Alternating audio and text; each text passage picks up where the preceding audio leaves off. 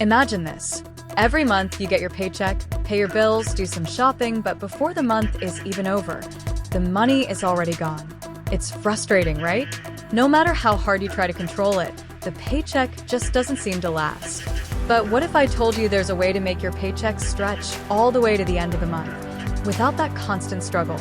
And even better, without cutting out everything you enjoy. Today, I'm going to share with you 7 proven steps that can change that reality and help you make your paycheck last the entire month. The best part? You don't need to be a financial expert to follow these tips. These are simple strategies that anyone can apply in their everyday life, and they'll help you feel like you're in control of your money, instead of your money controlling you. So, if you're tired of seeing your money disappear without knowing where it went, stick with me until the end. I'm going to show you how a few small changes can completely transform the way you handle your paycheck, and you'll realize it's not as complicated as it seems. Let's get started, but make sure to check if you're already subscribed. If you want to stay ahead with more great finance content, hit subscribe and become part of the community. The common problem after payday. Picture this. Your paycheck comes in, and the first thing you do is pay the major bills like rent, electricity, water, internet, and of course, your credit card. So far, so good. You're taking care of your responsibilities. But then you look at what's left in your account and think, well, there's a little extra. Maybe I can buy that thing I've been wanting or go out for dinner. It seems harmless, but that's when the problem starts. Before you know it, that little extra is gone in a flash. And what happens? The month has barely started, and you're already out of money. The feeling is always the same. Where did all my money go? I just got paid, and now I have nothing left. Then comes the dilemma. You still want to buy something or do something, but you've already spent what was available. So what do many people do? They use their credit card to cover the difference, thinking, I'll figure out next month. The problem is that the next month rolls around, and the same situation happens all over again. You pay your bills, spend whatever is left, and before you know it, you're out of money again. And there goes another purchase on the credit card. This creates a dangerous cycle. Month after month, the debt keeps growing, and the feeling that your money is never enough only gets worse. You work, pay bills, but it feels like you're not getting anywhere. And that frustration just keeps building up. What's really happening here is a lack of planning. Without clear control over where your money is going, it's easy to overspend. Using the credit card as a temporary solution only makes things worse because you're pushing the debt into the future without changing your current spending habits. This cycle can be broken, but the first step is recognizing the pattern and finding better ways to organize your finances to prevent it from repeating month after month. The difficulty of organizing your finances. And then you ask yourself, how did this happen? I thought I had everything planned. This is the problem with what we call mental accounting, when we try to organize our money just in our heads, without writing anything down or detailing the expenses. What happens is that our minds tend to be overly optimistic about how much we'll spend. You think the groceries will be $300, but in reality, they end up being $450. And when this happens with multiple expenses, these small errors add up, and suddenly, the money that seemed enough no longer is. On top of that, when there's no clear plan, the unexpected costs start to weigh on you. An extra expense here, an impulse buy there, and suddenly, your already tight budget spirals out of control. It's like the money is slipping through your fingers, and in the end, you're left wondering where it all went. The truth is, without organization, any amount of money can feel like it's never enough. Whether you're making $2,000 or $10,000, if you don't know where every dollar is going, it will always feel like your money is disappearing. This creates a lot of frustration because you work hard, pay your bills, but you never feel like you're truly in control.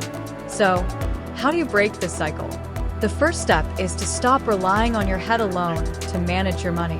It's essential to write everything down. Yes, write down every expense, from your rent to that cup of coffee you grab on the way to work. When you put everything on paper or in a spreadsheet, you begin to see the reality of where your money is going. And that changes everything because now you have clarity instead of just guessing. With this clarity, you'll start noticing where you might be spending more than you should. Maybe you realize you're spending a lot on small things that don't make a big difference in your day-to-day life. but by the end of the month, they really add up. This clear view of your money gives you the power to make more conscious choices and begin organizing your finances better. So, if you're struggling to organize your finances, remember this. Don't keep everything in your head. Write it down, make a plan, and you'll see how your money will stretch further. Basic financial organization. Many people think that organizing their finances is complicated, something that requires hours of calculations and complex spreadsheets. But it doesn't have to be that way. What's usually missing is just taking the time to actually put everything on paper. Yes, it's a basic step, but it's incredibly powerful. When you have a clear picture of all your essential expenses, it becomes much easier to understand what's really happening with your money and, more importantly, to figure out what can or cannot be done with what's left over. Now, why is this so important? Imagine your paycheck hits your account. You know you need to pay rent, utilities, and grocery expenses. But instead of writing these down or keeping track clearly, you do it all mentally. Okay, rent is X, groceries will be about Y, and I'll figure out the rest later. The problem with this approach is that without a detailed view, you may end up spending more than you should, either by underestimating some expenses or simply forgetting about small costs that, when added up, make a big difference. The lack of organization is the biggest enemy of personal finance. When you don't know exactly where your money is going, it's easy to lose control. Small, accumulated expenses often go unnoticed, and suddenly, you realize you've spent more than you intended. That's when the panic sets in. The money runs out, the bills keep coming, and you feel like you're constantly trying to catch up. On the other hand, when you organize yourself and know exactly how much you're spending on essential expenses, there's a sense of relief. You gain clarity and confidence to make more conscious financial decisions. The key is simple: start with the basics. Write down everything that's essential and non-negotiable, like housing, food, and fixed bills. Knowing exactly how much you spend on these necessities will give you a better picture of what's left for other areas. When your essential expenses are organized, it becomes much easier to manage the rest. You start to have more control over what's left over and can decide whether to save, invest, or spend on leisure without that feeling of guilt. Everything becomes clearer. Another important point: basic financial organization also helps you identify where you can save. Maybe you realize you're paying too much for an internet plan you don't fully need, or that you can cut out some unnecessary expenses without affecting your quality of life. Small adjustments like these can make a big difference by the end of the month. And remember, organizing doesn't mean complicating things. You don't need spreadsheets full of formulas. It can be as simple as jotting things down in a notebook or using a smartphone app. The important thing is to have everything recorded so that at any time, you know exactly where your money is going. The importance of tracking your expenses. Have you ever stopped to think about where, exactly, your money goes each month? Maybe you have a vague idea like, I pay the main bills, do some shopping, and then the rest just disappears. But this vague idea might be what's keeping you from having real control over your finances. The truth is, without a clear record of every expense, you lose track of where your money is going, and that's when things start to get confusing. Imagine this scenario. Throughout the month, you're spending on little things. A coffee here, a snack there, a streaming service subscription you forgot was even active. On their own, these small expenses seem harmless, but by the end of the month, when added together, they can take up a significant part of your budget. The problem is, without tracking them, you don't even realize the impact these expenses are having. When you write down all your expenses, whether in a notebook, a spreadsheet, or an app, something magical happens. You start seeing the reality. Suddenly, you realize that your daily coffee, which seemed like nothing, is actually costing you over $200 a month. Or you notice that you're paying for 3 subscription services you barely use. These small realizations give you the power to make more conscious choices. The point is, when you don't track your expenses, money just disappears. And that's the feeling that leaves a lot of people frustrated. You get your paycheck, pay the big bills, and suddenly your balance is almost gone, and you're not even sure how it happened. When you start writing everything down, you get a clear picture of what's really eating up your money. And with that clarity, you can start making adjustments. Tracking your spending not only gives you control, but also helps you identify where you can save. Maybe you realize you can cancel that streaming subscription you hardly use or cut back on impulsive purchases. These small changes, which seem simple, can make a big difference by the end of the month. Another benefit of tracking your expenses is that you get a more realistic perspective of your fixed and variable costs. When you see what's truly necessary, like housing, food, electricity, and water bills, and compare that with what's variable and extra, you begin to understand where you can make adjustments to balance your budget. It's like having a clear map of everything happening with your money. And don't think that tracking your expenses has to be boring or complicated. You don't need to do it perfectly or with extreme detail.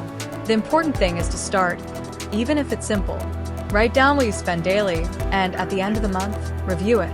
This will help you identify patterns in your financial behavior, and over time, you'll start to predict tighter months and adjust your spending in advance.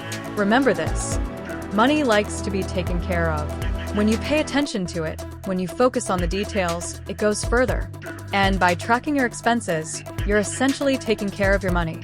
You become more aware of how you're using your resources, and that awareness alone is a huge victory. Do you track your expenses? Comment below if you do, and share your tips. Emergency fund. Now, imagine the peace of mind that comes from being prepared for any unexpected event life throws your way, like an illness, losing your job, or an urgent situation that requires quick access to cash. That's exactly what an emergency fund is, a financial safety net to protect you during tough times. The idea is pretty simple. You set aside a portion of your money each month and save it for emergencies. It's not meant to be spent on everyday things or short-term pleasures, but for those situations that truly require immediate action. Now, you might be thinking, but I barely manage to save any money. How can I build an emergency fund? The truth is, it doesn't matter how much you start with. Even if you begin by saving $50 a month, you're already taking an important step in the right direction. The key is to start and, over time, gradually increase that amount as you can. Ideally, experts recommend that this fund should cover 3 to 6 months of your monthly expenses.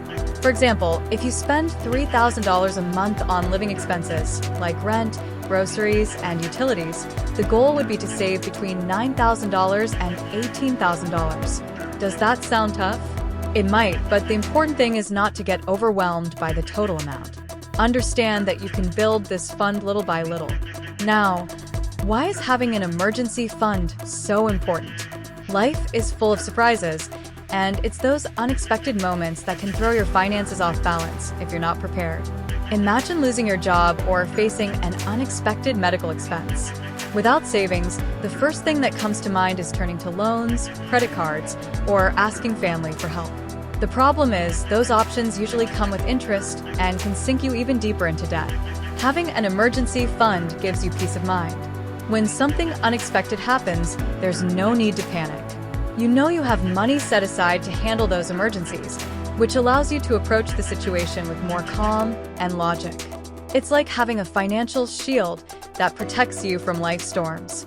And there's more. An emergency fund also gives you freedom. Imagine you want to make a big change in your life, like switching jobs or starting your own business.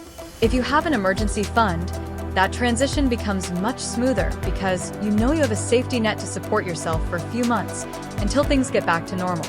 The best part is that as you build this fund, you start developing a healthy savings habit. Over time, it becomes second nature, and after you reach your goal of saving 3 to 6 months of expenses, you can begin focusing on other financial goals, like investing or personal projects. But the first step should always be securing your safety with an emergency fund. Paying off debt. To manage this effectively, you need to prioritize organizing your debts. The first thing you need to understand is that not all debts are the same. Some have such high interest rates that if you continue paying just the minimum, it could take years to pay them off. That's why, if you have multiple debts, the best strategy is to start with the ones with the highest interest rates. These are the ones that drain your money the most every month, and if you don't tackle them quickly, they can snowball into something much harder to resolve. Here's a tip that can help you organize and tackle your debts strategically. Make a list of all your debts. Yes, all of them, even the small ones you might be forgetting.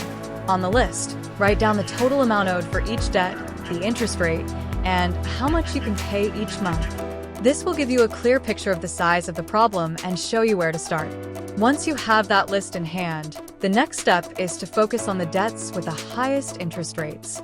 These are the ones you should tackle first because they grow quickly and can seriously damage your budget. Direct most of the money you have available towards paying off this debt while making minimum payments on the others. The goal is to get rid of it as fast as possible. Each debt you pay off is a victory, and trust me, you'll feel it in practice. When you eliminate one debt, you automatically free up more room in your budget. The money that was going toward that debt can now be used for other things, whether it's paying off the next debt, saving, or even investing. The key is that with every debt you clear, you gain more control over your finances, and you'll start to feel the burden lifting little by little. Here's an essential tip. Don't create new debts while you're still paying off the old ones. It may sound obvious, but many people fall into a vicious cycle, paying off one debt while creating another. This only keeps you stuck without a real way out. So, while you're working to get rid of your debts, avoid making purchases on credit or using your credit card for expenses you can't pay off in full. Another important point is discipline. Paying off debt is a process, and it can take some time to see real results. But every small step counts. Each month, you'll make a little more progress, and over time, the financial freedom you've been aiming for will get closer and closer. One popular strategy is called the snowball method. After paying off the debt with the highest interest, you take the amount you were paying on that debt and redirect it toward the next one, while continuing to make the minimum payments on the others. This way, you eliminate your debts one by one, and the process speeds up as you go. Before you know it, you'll be much closer to having your budget in order and your debts fully paid off. Paying off debt isn't easy, but it's definitely possible. With organization, focus, and discipline, you'll start to see your financial life transform. The most important step is the first one. Organize your debts, tackle the most expensive ones, and slowly but surely, you'll lift that burden. Every debt you pay off is a victory that brings you closer to the financial freedom you deserve. Enjoying the content so far? Help the channel grow by hitting that like button. It helps us reach more people and empower them with valuable personal finance knowledge. Investing. Imagine this scenario. You receive your paycheck and save a portion of it every month. Great, you're saving. But if that money just sits in your account, it will keep its same value or even lose value over time due to inflation. Now, picture this. Instead of letting your money sit idle, you invest it. That means it starts to earn returns. In other words, it begins to grow on its own. The big advantage of investing is the power of compound interest. Here's how it works. The money you invest today starts earning returns, and those returns, in turn, generate even more returns. It's like a snowball that grows bigger over time. In the beginning, the gains may seem small, but as the months and years go by, the growth speeds up, and your money starts multiplying more quickly and consistently. Let's imagine you invested $1,000. In the first month, that amount earns $50 in returns. In the second month, not only are you earning interest on the initial $1,000, but you're also earning interest on the $50 you already gained. Over the long term, this effect becomes incredibly powerful, and that's where compound interest really starts to make a huge difference. And you know what's great? You don't have to spend hours in front of your computer monitoring your investments. With a little knowledge and organization, you can spend just an hour a month checking on your returns and adjusting your strategy if needed. There are many tools and platforms that make investing much more accessible than it used to be. Another thing many people don't realize is that you don't need a lot of money to start investing. Nowadays, with $100 or even less, you can begin investing. The important thing is to start as soon as possible because time is your biggest ally when it comes to investing. The earlier you begin, the more time your money has to grow, and the more you'll benefit from the power of compound interest. Imagine you start investing a small amount every month. Over the years, that amount, combined with your returns, will grow into a considerable asset. This provides you with financial security. In the future, you can rely on that money to fulfill dreams, make big purchases, or even ensure a comfortable retirement. The magic of investing is that it makes your money work for you without you having to put in much effort. While you sleep, your money is earning. While you work, it continues to grow. And that's the key to building a more secure and comfortable financial future. Now, you might be wondering, but where do I start investing? There are several options, ranging from safer investments like bonds to higher potential returns with stocks or mutual funds.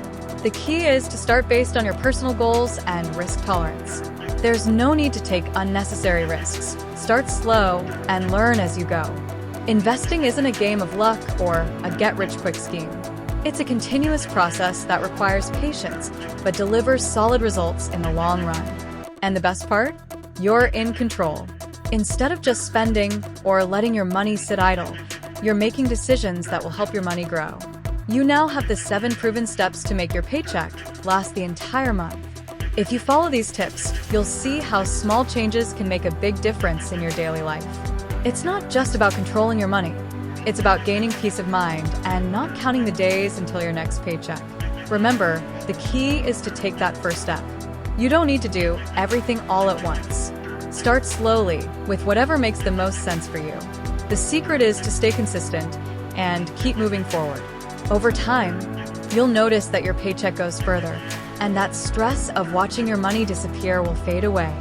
Now tell me, which of the 7 steps will you start with? Comment below. And of course, if you enjoyed the content, don't forget to like the video and subscribe to the channel so you don't miss the next tips. Together, we'll keep learning how to manage our finances better and ensure a more peaceful financial life. See you in the next video.